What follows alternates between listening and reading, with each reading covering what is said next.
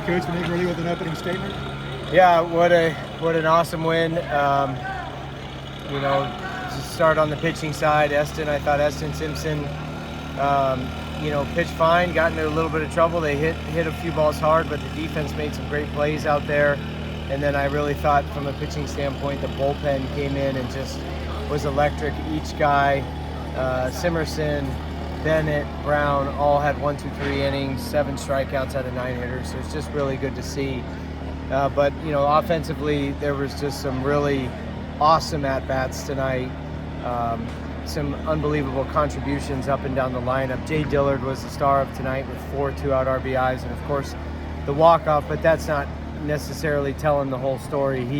Hasn't started yet. We're in game 12. He's been an unbelievable teammate for the last 3.5 years. He's one of the loudest guys in the dugout, and he gets an opportunity to start tonight and just capitalizes on it and has an incredible performance.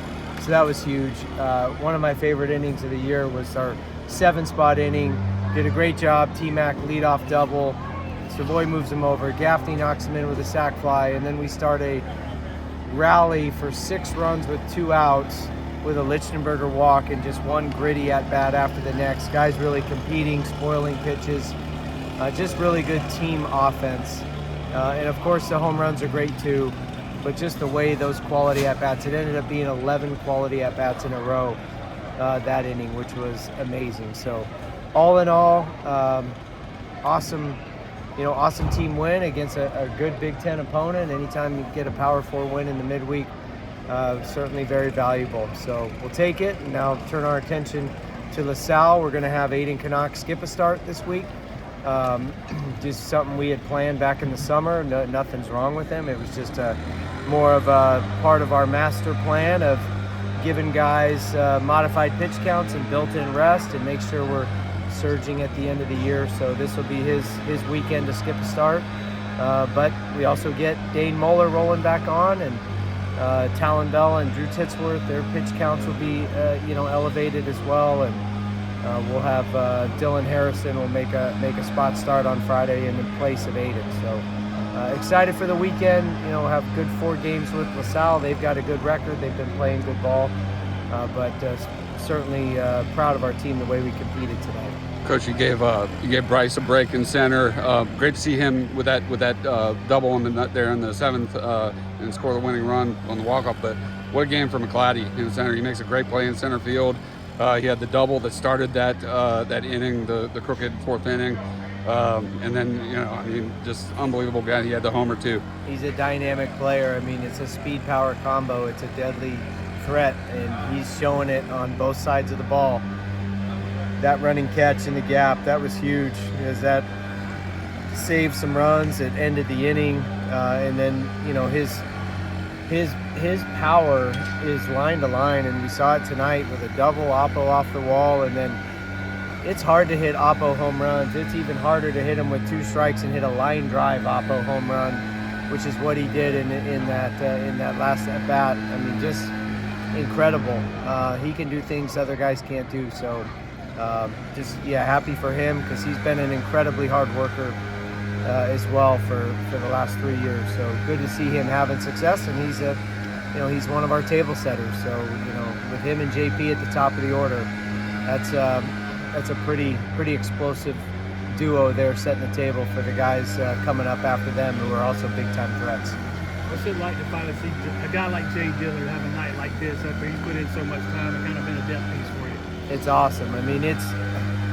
We've thought this all along. Like, if you just gave him 100 at bats, he's going to be a very productive player. And he's just been patient, and he's one of those guys that he's going to help your team win. He's going to add value. And for whatever reason, it just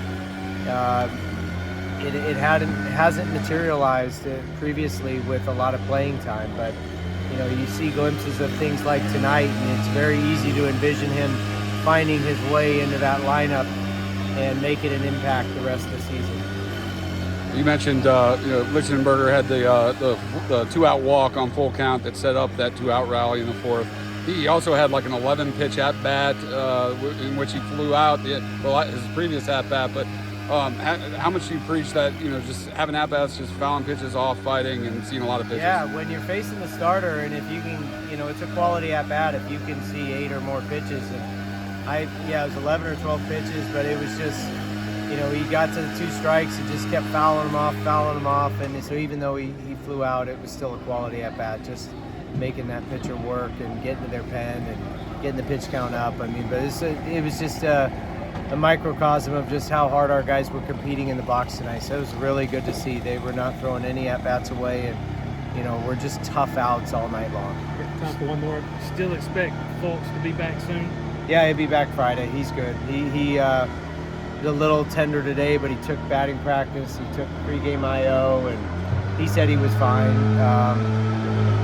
So yeah, he'll be good to go this weekend. Just one more quick one. It was a little nostalgic for you to face your old rival, the Sparty. Yeah, Coach Boss is salt of the earth type of person.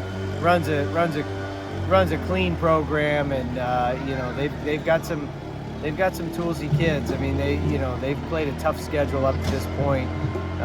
They've played a bunch of games in a row this week as well on spring break, and they're headed to conference play to Nebraska tomorrow. So I know they'll probably save some of their best bolts for conference play. But yeah, good to see Jake as always, and wish them all the best in the Big Ten. Thanks, Coach. All right.